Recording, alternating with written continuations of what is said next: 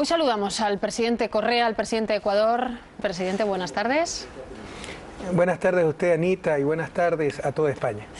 Bueno, ya ven que las formas son diferentes. Aquí vamos a hablar mucho. Estábamos antes de empezar hablando mucho de las relaciones con la prensa, pero empezamos por lo que ha hecho en España en estas horas. Se marcha ahora mismo, podremos hablar de lo que ha hecho este fin de semana. Se ha reunido con el presidente Rajoy y hemos percibido mucha sintonía. Fue para nosotros una gratísima sorpresa, realmente, y no tenemos por qué ocultarlo.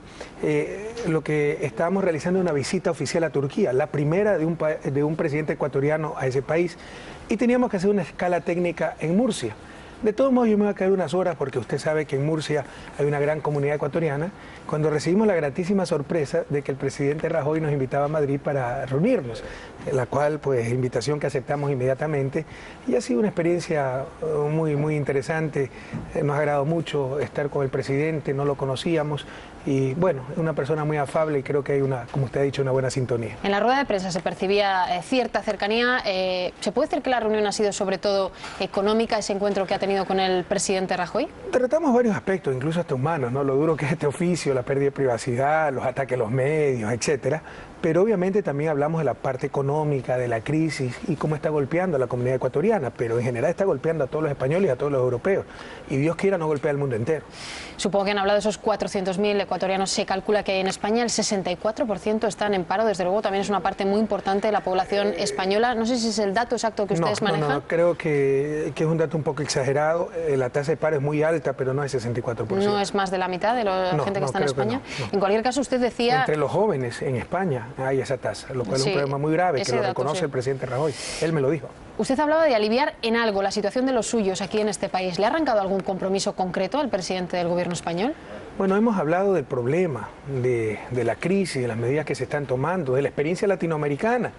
Nosotros conocemos de memoria ciertas recetas que no necesariamente ayudan a superar crisis. Y de qué hacer con el problema de las hipotecas. Para nosotros, con todo respeto, no quiero aparecer como grosero, desconsiderado, respetamos mucho a España, su institucionalidad, pero es muy difícil de comprender, más aún como economista, que el riesgo esté en los seres humanos y no en el capital. Ha sido muy duro con ese discurso con la legislación española. Pero es que es terrible. O sea, es algo que realmente que a mí me escandaliza. Perdón, frecuentemente no utilizo esta palabra, pero me escandaliza. Es decir, se prestan 200.000 euros para una casa valorada en esa cantidad, cuya valoración es hecha por el mismo banco. Esa es la garantía hipotecaria, la casa. Viene la crisis, no se puede pagar el crédito, se devuelve la casa, se debería extinguir la deuda. No, ahora la casa solo vale 50.000 euros y págame los otros 150.000. Todo el riesgo, todo el costo sobre los seres humanos, no sobre el capital. Es algo increíble. Ha dicho usted, se va a llegar al peor de los mundos. Cuando le ha trasladado este mensaje al presidente Rajoy, insisto, ¿le ha arrancado algún compromiso? Él me ha dicho que ha conversado con los bancos, que hay un código de ética. Él reconoce la necesidad de flexibilizar esa normativa tan rígida en favor del capital. Eso no me lo dijo, pero yo creo que es totalmente en favor del capital. Demuestra el grave problema, el problema esencial de nuestro tiempo. Podrán inyectar millones por aquí, millones por acá. El problema esencial es la supremacía total del capital sobre los seres humanos y se refleja bastante bien en esta cuestión de las hipotecas. Y si no flexibiliza el capital sus ambiciones, como lo decía en la conferencia de prensa, va a llegar al peor de los mundos. Gente que necesita casas sin casas y bancos que no necesitan casas con casas. ¿Y qué le ha dicho el presidente Rajoy? Él reconoce que hay que flexibilizar ese marco y me dice que ha conversado con los bancos, que se ha hecho un código de ética para que acepten declaración de pago, etcétera. Ecuador, hablamos de los ecuatorianos que están en España, hablemos de su país. Es verdad que Latinoamérica ha vivido de una forma muy diferente la crisis y quizá de ahí se podrían haber extraído lecciones, me refiero a Europa. Pero si hablamos en concreto de Ecuador, los datos de los últimos años hablaban de que se habían salvado en algo, este año lo han notado un poco más, pero la tasa de pobreza sigue siendo importante en toda Latinoamérica y también en Ecuador. ¿Se ha logrado algún avance, presidente? Por supuesto, por supuesto. En el caso particular de Ecuador somos de los 2 o 3 países que más reduce pobreza. Hemos reducido grandemente ese gravísimo problema, porque una cosa es ser pobres porque no existen recursos suficientes, pero otra cosa es ser pobres por sistemas perversos, excluyentes, porque usted en América Latina encuentra más ricos que los ricos de España y más pobres que los pobres de África, la región más pobre del mundo, o sea, es la región más desigual. Entonces es fundamental disminuir inequidad y también hemos disminuido grandemente, a pasos agigantados, la desigualdad. En estos momentos Ecuador es uno de los 3 países que más crece en América Latina. Creemos que la tasa de crecimiento del 2011 están por confirmarse las cifras finales, pero llegará aproximadamente al 9%. Pero en general, América Latina le va bastante bien en lo económico y en general también los países de América Latina están reduciendo pobreza. Yo le preguntaba precisamente porque nadie puede negar que Latinoamérica ha crecido a diferencia de lo que ha pasado en Europa. Es verdad que se vienen de tantos porcientos mucho más bajos, pero ese límite de la pobreza del que habla, los datos que tenemos, por ejemplo, de 2010 hablan de un 32%. ¿Nos puede decir cuánto se ha ido recuperando por lo menos esa tasa? En estos 5 años de gobierno hemos bajado unos 10 puntos la pobreza, depende cómo la mida, por ingresos, necesidades básicas insatisfechas, por cualquier indicador hemos disminuido la pobreza. Otra cosa es poder resolver la pobreza en 5 años. Yo no puedo resolver 200 años de explotación, pero lo que le quiero decir es que vamos por el buen camino, se está avanzando mucho, pero no quiere decir que todavía falta muchísimo por andar. Latinoamérica, la cumbre de las Américas, ¿va a ir o no? Hay un pequeño lío, parece que los suyos han dicho, me refiero a su gobierno, que sí va a estar, después que no, que sí. ¿Qué va a hacer el presidente? No hemos tomado todavía una decisión definitiva, tenemos que conversar un poco al respecto, pero con todo el respeto a ese querido amigo Juan Manuel Santos, a Colombia, yo me muero de ganas de siempre visitar Colombia, gente tan agradable. Cartagena de Indias es una joya de América Latina, una joya histórica, arquitectónica. No conozco Cartagena de Indias, pero sí tenemos el grave temor de que nuestros pueblos se cansen, de que sus presidentes están en las cumbres y ellos continúen en los abismos, que vayamos para la foto, a conversar cosas triviales, a declarar nuestro amor por la democracia, por la libertad de expresión, los derechos humanos, lugares comunes, frases cliché, y no se traten los problemas candentes, urgentes, intolerables en el siglo XXI. Por ejemplo, el bloqueo a Cuba, que rompe todo el derecho interamericano, todo el derecho internacional. Por ejemplo, la colonización de las Malvinas. ¿Cómo se entiende que Inglaterra tenga una colonia a más de 14.000 kilómetros de Londres y frente a las costas de Argentina? Pero conversemos de esas cosas. Suena que no, presidente. ¿Suena que no qué? Suena que no va a estar, porque su discurso está siendo muy crítico. Estábamos viendo, por cierto, detrás la imagen de la última cumbre y ha mencionado Cuba. Pero primero dígame, del sí al no, desde luego hay poco margen. Suena muy crítico, insisto, con ese tipo de cumbres. Somos muy críticos. ¿Qué tiene que pasar para que cambie eso? Nosotros estimamos mucho en lo personal. Yo estimo y admiro mucho al presidente Barack Obama. Creo que es una gran persona. Quiero mucho a Estados Unidos, país donde viví 4 años. Tengo 2 títulos académicos de Estados Unidos. Pero hablemos claro.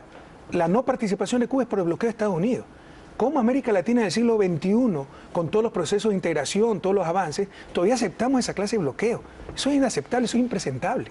A día de hoy Cuba no va a estar. Así es, por el bloqueo de Estados Unidos. O sea, cuando se habla eufemísticamente, no hay consenso, es que Estados Unidos dijo no. ¿Y cómo podemos aceptar esto en el siglo XXI? Bueno, el resto de mandatarios que estén, ¿se supone que lo aceptan o no? Incluido Chávez, si va finalmente. Eso es decisión de ellos. Nosotros tomaremos nuestra propia decisión en base a nuestros principios, en base a nuestras convicciones. Pero en principio le anticipo. Creemos que es intolerable que una cumbre de las Américas no participe un país americano como Cuba por el bloqueo de otro país americano. Si Cuba no está en la cumbre, por hacerlo más fácil, el presidente Correa estará. Tomaremos la decisión a su debido momento y la comunicaremos en su debido momento. Ha hablado con el presidente Chávez, no me dice si usted estará o no, ¿sabe si el presidente venezolano estará, si la salud se lo permite? Desconozco, he hablado hace algunas semanas para ver cómo iba su estado de salud, lo vi muy animado, lo escuché muy animado porque no lo vi, pero no sé la decisión final y será sobre todo en función de su estado de salud. El interés del presidente Santos, que es el anfitrión de esta cumbre, es que estén todos y que se hable de ciertos temas. Esto es la pregunta. ¿Usted ha conversado con él de sí? Estoy totalmente de acuerdo con usted, Anita, que estén todos, ese es el interés. Yo le pregunto, los temas. Usted ha mencionado Malvinas, se puede hablar también de la legalización de las drogas. ¿Ha hablado con el presidente Santos de si esos temas se van a tratar, que según usted interesan a los ciudadanos? El presidente Santos tuvo la gentileza de llamarme después de su visita a Cuba y le expresé estas inquietudes, le expresé algunos de los temas que creemos que deben tratarse. Por supuesto, el presidente Santos le guardamos la mayor de las consideraciones, él decidirá como anfitrión qué temas incluye o no, pero le hemos expresado nuestras inquietudes. ¿Y qué puede provocar si finalmente Ecuador no está en esa cumbre porque Cuba no está? ¿Se rompe de alguna manera ciertas alianzas internas? Insisto, pensando en Chávez. Algunas veces la mejor participación es no participar. Entonces no podrá hacer este discurso allí. Insisto. Algunas veces la mejor participación es no participar. Sí ha dicho, sin embargo, que va a estar la invitación que le ha hecho el presidente Rajoy en Cádiz, en esa otra cumbre importante también para la región. Ahí sí estará. Pero también con mucho respeto y consideración al presidente Rajoy le he dicho que hay que poner una agenda relevante. Le insisto, basta de lugares comunes. ¿Quién puede estar en contra de la democracia, en contra de los derechos humanos, la libertad de expresión? Esas frases clichés, algunas veces hasta frases gastadas. Vamos, tratemos los temas de fondo. Por ejemplo, lo de las Malvinas. Como Iberoamérica, por ejemplo, una nueva estrategia en la lucha contra las drogas. Nos está venciendo el narcotráfico, el crimen organizado. Los niveles de violencia son intolerables. Se ha demostrado que la estrategia de represión, sobre todo la producción, es inútil o al menos muy poco eficiente. Tenemos que buscar nuevas estrategias. ¿Quién le sigue? Guatemala propone la despenalización, la Yo no es que he propuesto eso, he dicho busquemos una nueva estrategia, pero Guatemala, al menos presidente. Ya algunos presidentes, como el presidente de Guatemala, pero también el expresidente mexicano Fox, el expresidente ecuatoriano Rodrigo Borja han hablado claro que hay que cambiar la estrategia y hay que ver al menos una legalización moderada de las drogas. No necesariamente comparto esos puntos de vista. Lo que es evidente, innegable, es que la estrategia actual es un fracaso total. Y la otra opción, la de la legalización, dice no necesariamente la comparto. Sí, pero también combatir el consumo en los países consumidores, ¿no? Pero habría que ir hacia esa legalización que proponen algunos. Yo creo que hay que analizarlo muy seriamente. Este es un problema similar al problema del alcohol, que además es una droga. En los años 20 en Estados Unidos, la única enmienda de la Constitución de Estados Unidos que ha sido derogada, la prohibición de consumo de alcohol. ¿Por qué? Porque generó enriquecimiento ilícito, violencia, falta de control en la calidad del producto y tuvieron que derogar esa enmienda.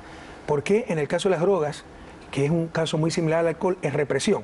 ¿Sabe cuál es la diferencia fundamental? Que la producción de drogas está en Latinoamérica, entonces sí hay que bombardear, reprimir, etcétera.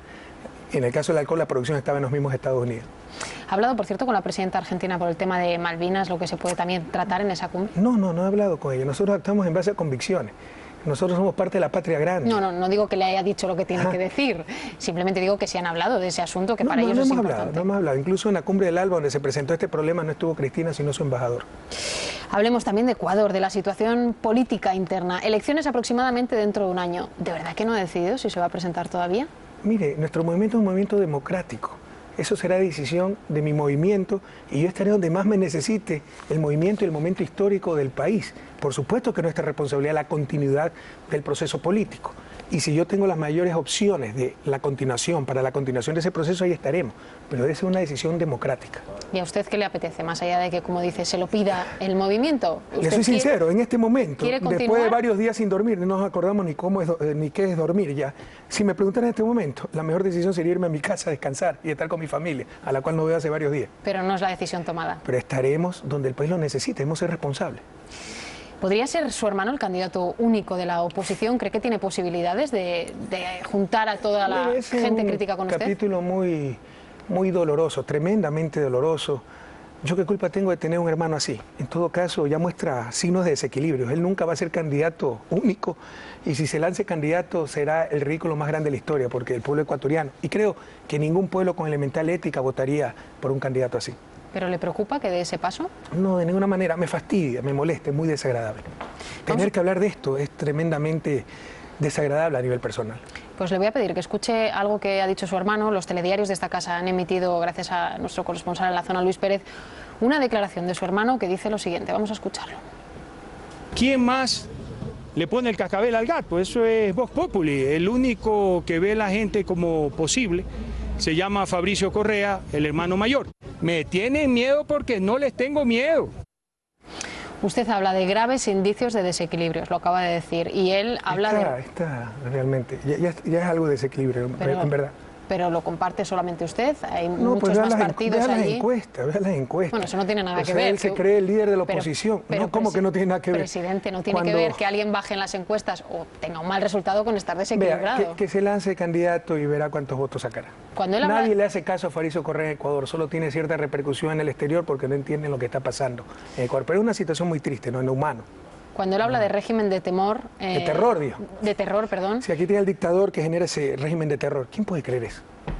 Está convencido de que si da el paso nadie le apoyará. Pero además, si usted lee todo el contexto, él manifestaba, a mí me persiguen por ser opositor. No, eso es falso. Se volvió opositor porque se descubrieron sus contratos ilegales y se los suprimió, porque esos contratos eran ilegales y se los terminó unilateralmente. Y ahí se va la oposición. Es falso lo que él dice, que por haber sido la oposición y criticar al gobierno es que se lo persigue y se le terminaron sus contratos. No.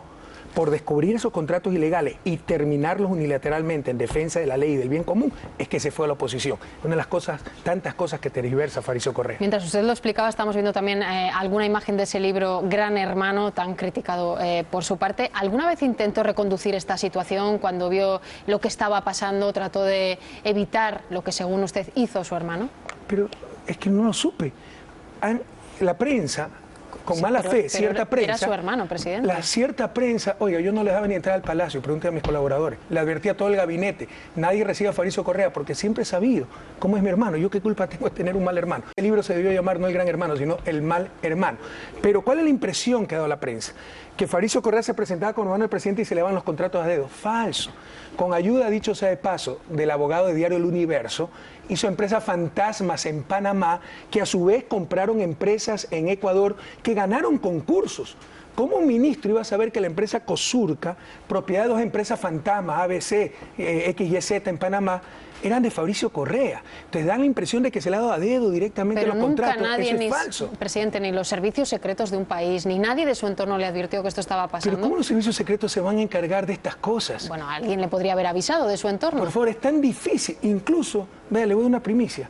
Tenemos graves indicios que ha continuado con ciertas empresas fantasmas que estamos investigando, pero son cosas extremadamente difíciles de detectar. Le insisto, son empresas fantasmas, por favor, público español, latinoamericano, iberoamericano, para que se entienda bien el problema. Creó empresas fantasmas en Panamá con asesoría del abogado de Diario del Universo. Empresas fantasmas que compraron empresas en Ecuador que participaron en concursos. ¿Cómo se puede detectar esa vinculación? Ha dicho, todo el mundo sabe ese grado de desequilibrio que tiene mi hermano, lo detectan. Usted mismo ha dicho que le impedía el paso al Palacio. Sí. ¿Su relación, en la vida adulta me refiero, siempre ha sido mala, presidente? No, pero muy distante, porque jamás he compartido las prácticas empresariales de Fabrizio Correa. Yo ni siquiera conocía su oficina. La conocí pocos meses antes, porque yo la coincidencia que estaba en Guayaquil y era el cumpleaños y se lo celebraba en la oficina. Ni siquiera conocía su oficina. Jamás me he vinculado a los negocios de mi hermano, porque siempre he tenido graves cuestionamientos a su forma de hacer negocio, a la fuerza. Vaya, vea cuántos juicios ha metido, sin trabajadores afiliados a la Seguridad Social, sin pagar impuestos. Jamás he compartido esa forma de hacer negocio. Todavía no le he preguntado por el tema más polémico y ya he hecho muchas referencias en estos 15 minutos de entrevista a la prensa, al diario Universo. Es que como conversábamos antes de la entrevista, yo creo que uno de los graves problemas planetarios. Negocios privados dedicados a negocios privados dedicados a la comunicación social, dedicados a proveer un bien público fundamental para la sociedad. Es una contradicción de base. Bueno, es una contradicción, pero tiene que haber medios de todo tipo. Supongo que defiende que haya medios de todo tipo. Sí, pero yo creo que debe haber más medios públicos, más medios comunitarios que no tengan ese conflicto. El lucro, el bolsillo y la comunicación social. ¿Y ¿Usted qué cree que prevalece cuando un medio es dueño de la banca y tiene que criticar a la banca? ¿Qué va a prevalecer? Pues depende. ¿El interés privado o el interés público? En algunos casos incluso lo profesional. No, eso es usted como periodista profesional, pero los dueños de medios le impondrían el fin de lucro. Eso nos pasó al inicio del gobierno. Por favor, no nos engañemos, entendamos lo que vive América Latina. De los 7 canales nacionales de televisión, 5 pertenecían a la banca. ¿Usted se imagina si queríamos regular a la banca para que no ocurran los excesos que ocurrieron aquí en España y que nos ha llevado a esta crisis? Teníamos a todos los canales de televisión en contra. Hay conflictos de intereses. Bueno, los canales estarían en contra, pero usted puede tomar igualmente la decisión. Es decir, la crítica puede existir. Por supuesto y que las tomamos. Pero hay manipulación, no es crítica, es manipulación. Utilicemos las palabras correctas. Quiero preguntarle por el tema del Universo. Con el tiempo que ha pasado, con las críticas que ha recibido fuera, y muchas, y ahora vamos a hablar de ello. Maravilloso, porque antes ni siquiera hablaban de Ecuador. Bueno, sí, ahora lo que hacen, como la gente no les cree... Pero esto no es positivo para usted. No, yo creo que es positivo para el país, ya está en la mira del mundo entero. Publican editoriales, gente que ni conoce dónde está Ecuador. Y lo que hacen los ciudadanos del mundo, como ya saben cómo es cierta prensa, lo que hacen es percatarse de que algo interesante está pasando en Ecuador. Por si acaso, en esta lucha judicial contra el abuso de cierta prensa, subió la popularidad del gobierno y se desplomó la credibilidad de los medios. Vaya a la Déjame que le pregunte, presidente, que usted es muy crítico con los medios, pero sobre todo con algunos contra los que ha tomado decisiones como esta que ha generado tanta controversia. La pregunta es, déjeme que le haga la pregunta, sí. Con todo el tiempo que ha pasado, con las críticas, insisto, que ha recibido, ¿se arrepiente de cómo ha manejado todo este tema si después ha tenido que llegar al indulto? Lo que siempre le dije al pueblo ecuatoriano, más que construir escuelas, más que construir caminos, más que construir hospitales, hay que construir la verdad. Si no, nos saldremos de su desarrollo. Por supuesto que esta lucha ha valido la pena. Jamás se dijo que iba a ser fácil. Esto ha sido tremendamente desgastante. ¿Quién quiere estar en un juicio penal? Pero era necesario, porque aquí estoy mostrando parte del artículo. Por favor, pongan la parte final. A esto le llamaron opinión, para que vea cómo engañan a la gente. Pongan la parte final, por favor. Sí, sé a lo que se refiere, crímenes de lesa humanidad. El dictador debería recordar, por último, y esto es muy importante, que con el indulto, en el futuro un nuevo presidente, quizá enemigo suyo, podría llevarle a una corte penal por haber ordenado fuego a discreción y sin previo aviso contra un hospital lleno de civiles y gente inocente. A esta calumnia le llamaron opinión. es que esto se puede aceptar en una sociedad civilizada. Pero dígame, ¿cómo entiende que el New York Times, el editorial, después usted es verdad dijo que le habían entrevistado, un editorial durísimo, habla de liderar una despiadada campaña contra la libertad de expresión? Pregúntale al New York Times si sabe dónde queda Ecuador. Bueno, yo creo que en el New York Times, presidente, saben dónde queda Ecuador. Yo creo que algunos no saben ni siquiera dónde queda Ecuador. Quizá no, pero no, entiendo que quien ha escrito ese editorial... Déjeme que le termine. Es que me el editorial, sí, pero déjeme que le termine la pregunta. El editorial del New York Times... En este oficio es responderle a la gente, no a los medios de comunicación. Ustedes se creen propietarios de la opinión pública. No, ustedes son propietarios de opinión publicada. La opinión pública es la de nuestros pueblos y a ellos hay que contestarle. Sí, nosotros intentamos ejercer de intermediarios, presidente. Por eso le digo... Alguna vez se fracasa. Sí, pero siempre, ya le digo, intentamos hacerlo desde lo profesional. Le ponía el ejemplo del New York Times, pero Amnistía Internacional, Human Rights Watch, hay muchas organizaciones que han sido muy críticos. Usted apela a esa frase efectivamente del editorial. Usted me dice que me dice eso.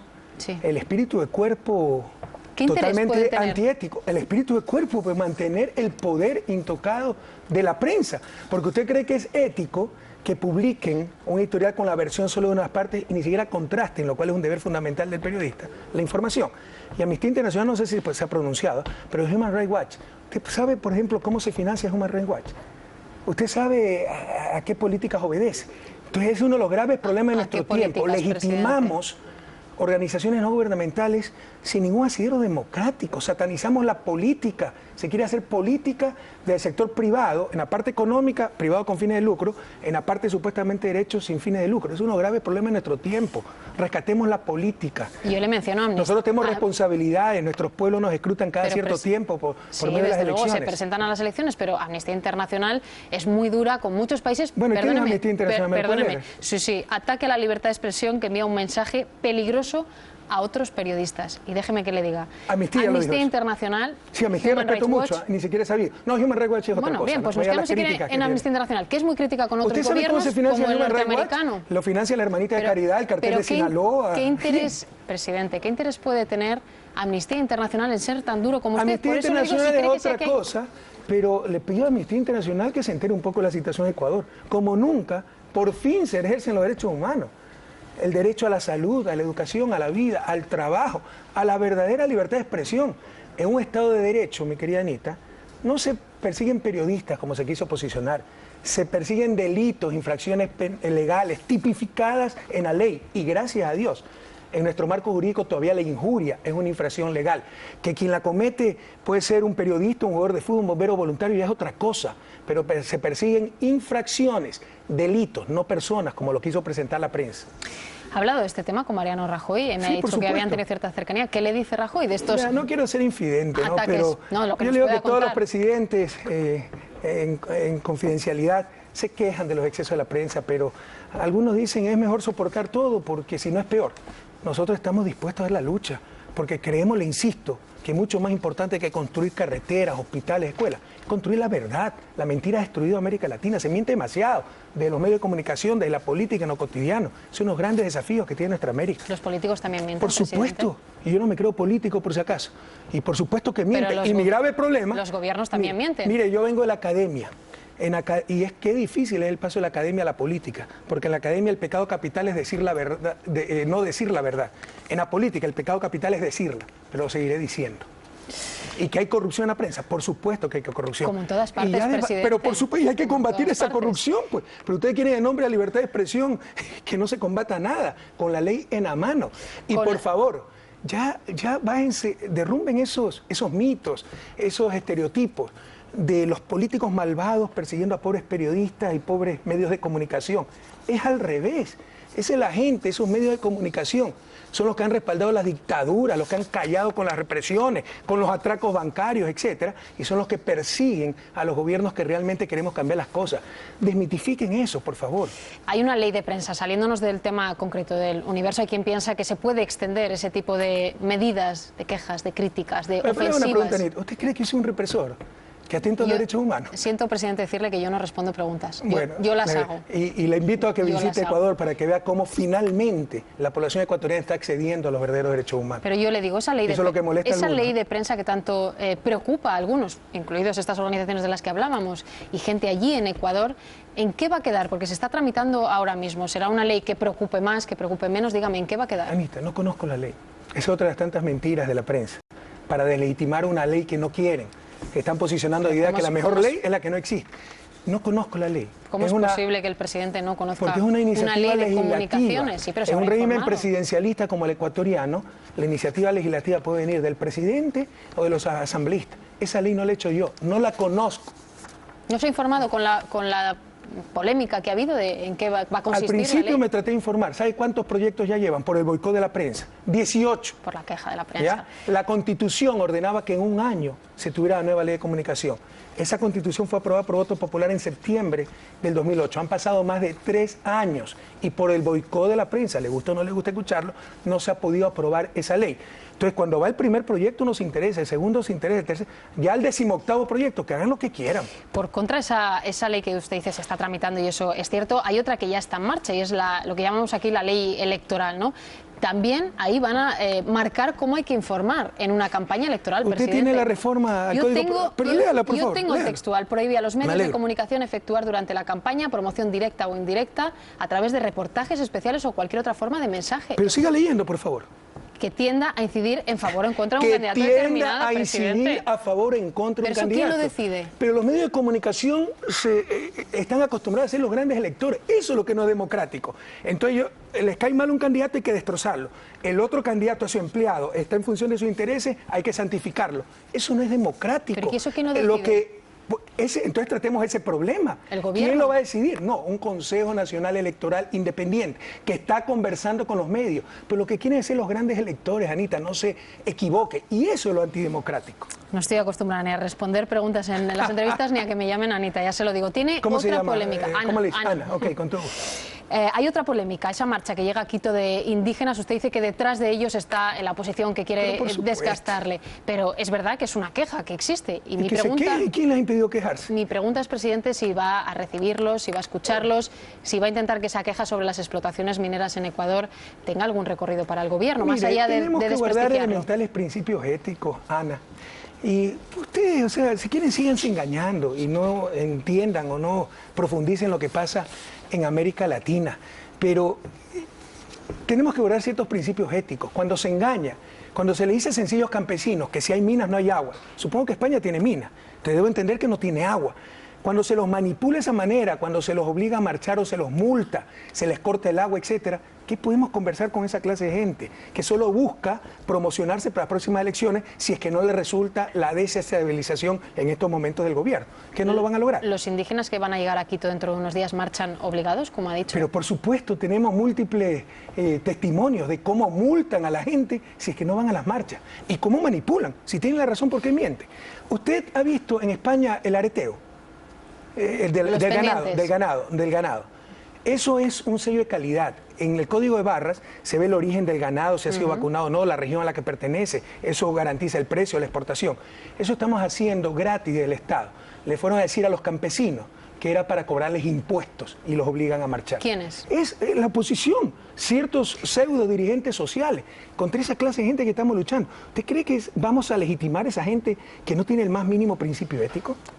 Demandan al gobierno, como señala la Constitución de su país, que consulte los proyectos mineros. Vuelvo al tema de la principal reivindicación que hacen más allá de los ejemplos, presidente. ¿Eso está sobre la mesa ahora mismo, que ustedes hagan algún tipo de consulta? Se ha consultado todos los proyectos, se ha cumplido la Constitución. Lo que ellos pretenden es el consentimiento previo, que ellos den el permiso. Es decir, la democracia y la unanimidad. Usted sabe lo que eso significa, el poder de veto, con la corruptela que tenemos en ciertos estamentos de la oposición. ¿Cuánto van a cotizar su consentimiento a ciertas cosas? Se ha hecho la consulta previa, se ha hecho todo. Lo que quieren es consentimiento previo y eso no establece la Constitución, no establecen los tratados internacionales y sería terrible, es imposible manejar un país por la norma de la unanimidad, porque eso da derecho a veto. Bueno, estamos terminando, presidente. Hay una frase de la comparecencia con nuestro presidente Rajoy que usted ha dicho: allí en Ecuador se toleran cosas que aquí no. ¿Se refería solamente al tema de la prensa? ¿A qué se refería cuando le han preguntado? Básicamente al tema de la prensa. ¿A qué se refiere? Mentir. Yo le aseguro que si usted mintiera en Televisión Española, no hubiera una segunda vez, perdería su empleo. Allá en nombre de la libertad de expresión hay que soportar hasta las mentiras, cuando hasta el Evangelio nos dice que solamente la verdad nos hará libre. Entonces se toleran cosas y se tergiversan conceptos. Pero hay quien pensará, que le esté escuchando, que también en la política, le insisto, hay periodistas que mienten, hay gobernantes políticos que mienten. Yo estoy seguro que hay políticos que mienten y políticos corruptos. Ahora, yo no soy mentiroso, no soy corrupto y no me creo ni siquiera político. Solo un servidor de mi pueblo. Bueno, es lo mismo estoy dispuesto a dar la vida por sacar adelante a mi país. Eso significa ser político.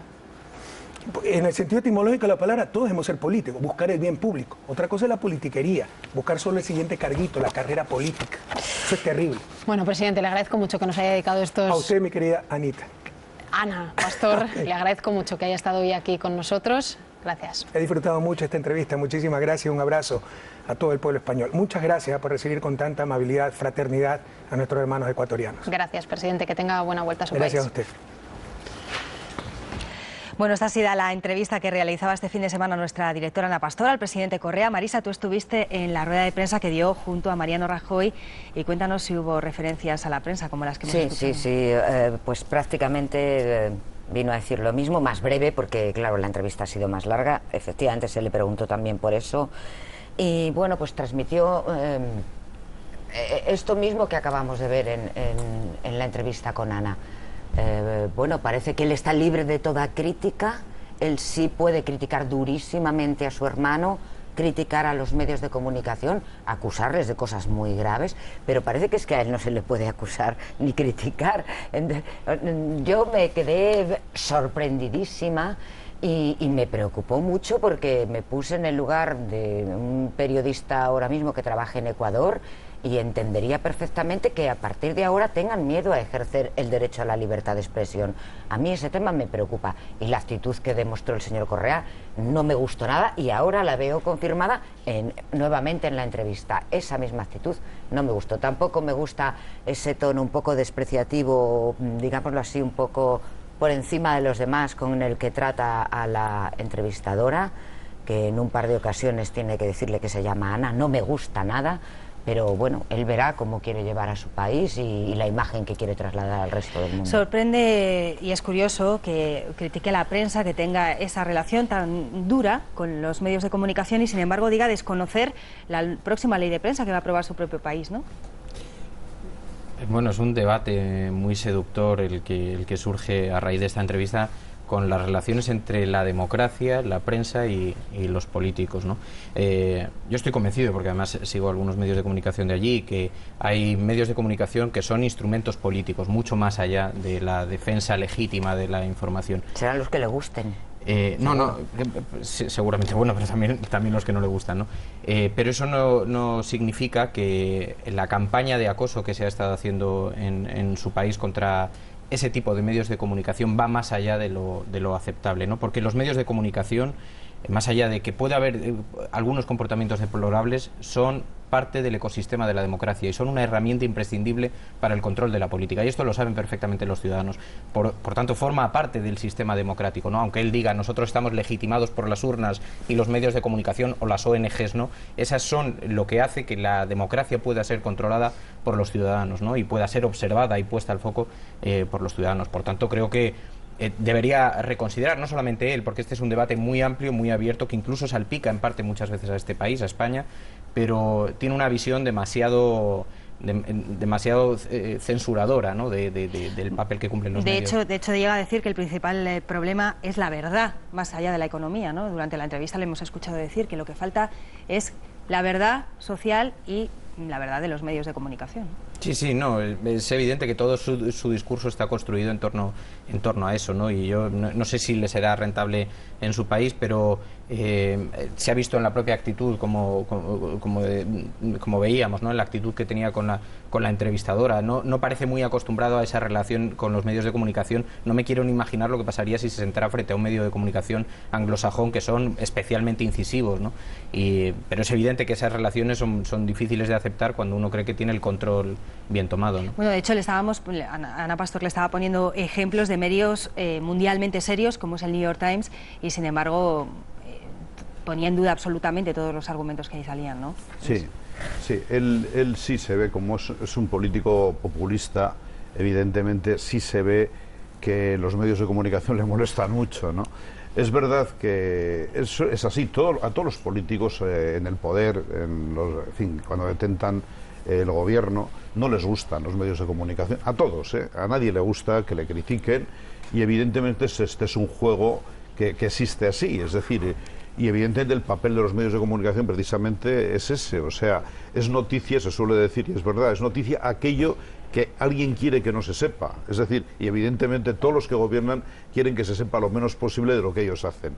Tanto sea bueno como malo. Bueno, cuando es bueno sí les interesa, y cuando es dudoso o malo, lo que pues son decisiones complicadas las que toman o poco populares, evidentemente las quieren tapar, ocultar en lo posible, ¿no? Y evidentemente el papel de los medios nuestros es ese, el de poner eso en cuestión, ¿no? Evidentemente, insisto, él se ve que es un líder populista acostumbrado a que le aclamen, y yo creo que le irrita todavía más que la media, ¿no?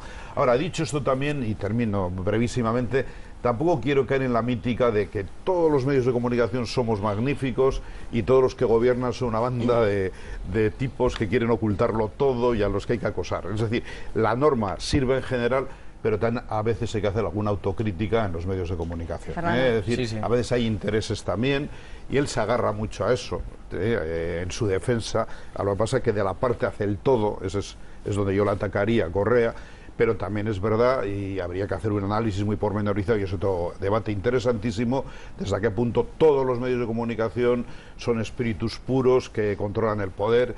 También hay intereses en los medios de comunicación, sobre todo en algunos. Sí, por eso decía que hay muchos que son instrumentos políticos, y se ve especialmente en Latinoamérica, y algunos están en la oposición que atacan a este señor, ¿no? Pero dicho lo cual, por lo menos ha aceptado comparecer ante los medios de comunicación, responder a preguntas, y además comparecer ante Ana Pastor, que de lo que tengo la sensación de que él venía algo alertado, ¿no? Y eso me parece que es positivo. Es decir, que alguien se preste a ser cuestionado, y a ser cuestionado críticamente, me parece que es positivo, y que algo en su favor, después de lo que decía antes, sí dice, ¿no? Sí, porque habla de la opinión pública como producto, y eso es también algo peligroso por ambas partes, tanto si lo quieren manejar los políticos como si lo quieren manejar los medios de comunicación. Sí, a mí, o sea, yo estoy absolutamente de acuerdo en que los medios de comunicación hay de todo, y que hay gente que puede cometer errores, y que hay medios además que están claramente escorados por intereses económicos, políticos, en fin, lo que sea.